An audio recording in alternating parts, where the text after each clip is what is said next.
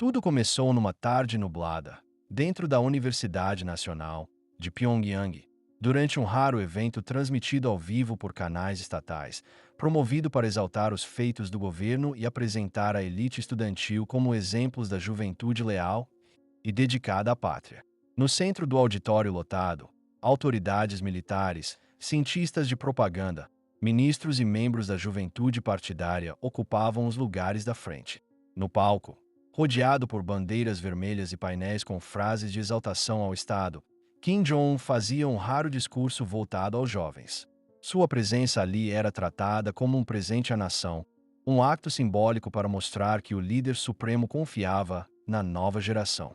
O clima era tenso, mas orquestrado para parecer inspirador. Cada palavra era acompanhada de palmas cuidadosas. Ninguém ousava demonstrar hesitação. Ninguém, até aquele momento. Enquanto Kim falava sobre disciplina, sacrifício e orgulho nacional, um jovem na quinta fileira levantou-se sem esperar autorização. Não era um líder estudantil, nem um rosto conhecido pelos organizadores. Usava um uniforme escolar limpo, mas gasto, e carregava nos olhos uma mistura de medo e decisão que só quem já decidiu perder tudo carrega. A sala congela. As câmaras mudaram de ângulo. Técnicos tentaram cortar a imagem, mas já era tarde. O microfone captou com clareza o som da sua voz. Com todo respeito, camarada líder, quando é que vamos poder perguntar sem medo de desaparecer depois? O silêncio foi imediato. Um silêncio denso, cortante, que parecia não caber dentro das paredes daquele lugar. Por segundos, nem os generais respiraram. Kim manteve-se imóvel, encarando o jovem sem piscar. O jovem, cujo nome ninguém ousava repetir, continuou.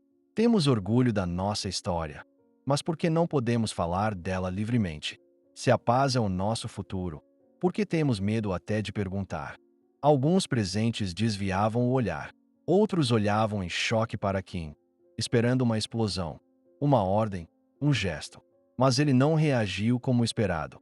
Não gritou. Não mandou cortar o microfone. Apenas deu um passo à frente e encarou o jovem como se estivesse diante de uma falha, num espelho perfeitamente polido.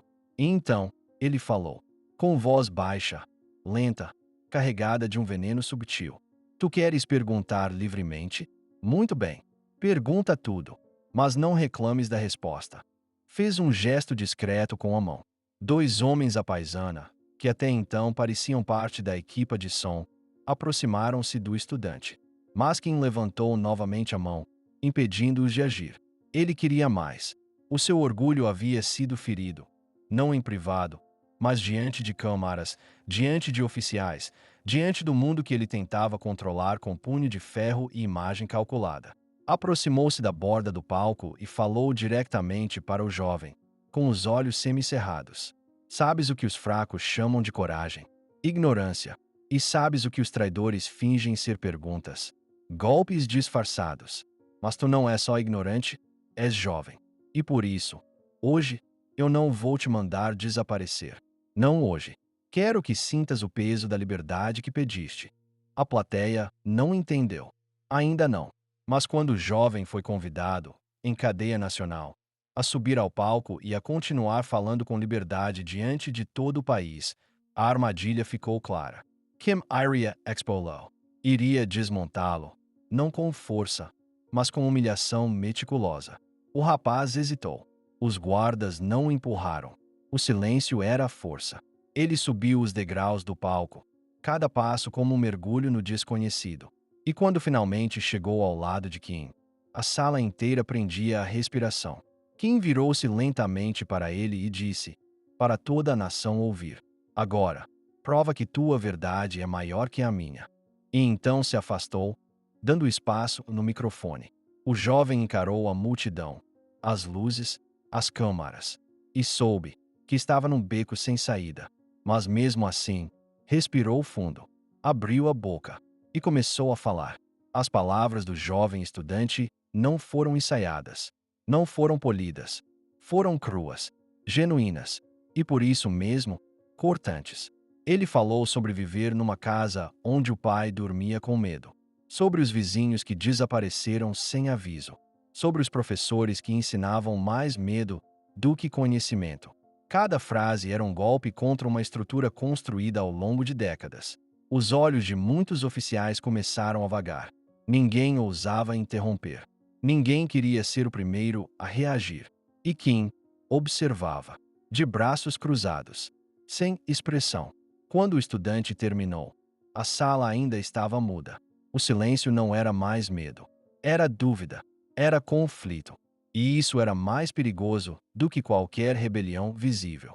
Kim então caminhou de volta ao centro do palco. Encarou o jovem de frente. Sorriu ligeiramente, mas não havia gentileza naquele sorriso. E disse: Falaste com coragem, mas coragem sem consequência é teatro. E nesse instante, olhou para os generais à sua direita. Fez um pequeno aceno. 2 soldados entraram pelo fundo do auditório, silenciosamente. A plateia entendeu o que estava para acontecer, mas ninguém se moveu. Quem não queria um mártir? Queria uma mensagem, uma lembrança viva do que acontece com quem desafia o equilíbrio. Mas então, algo que ninguém previu aconteceu. Um dos generais mais antigos levantou-se. Foi apenas um gesto, mas foi o suficiente para que outros o seguissem com o olhar. Ele não disse nada, não protestou, apenas ficou de pé. E naquele momento, Kim hesitou. Pela primeira vez. Não em pânico, mas em cálculo. Sabia que o desafio do jovem podia ser esmagado, mas o silêncio dos que o rodeavam estava a quebrar a lógica do medo.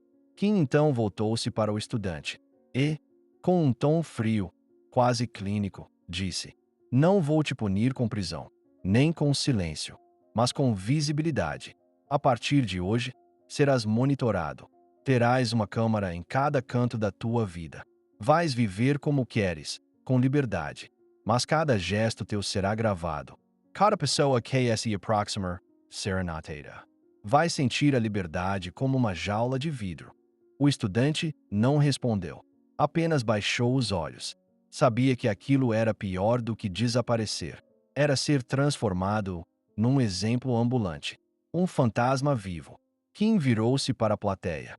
Fez um discurso final curto. Sem entusiasmo. Sem energia.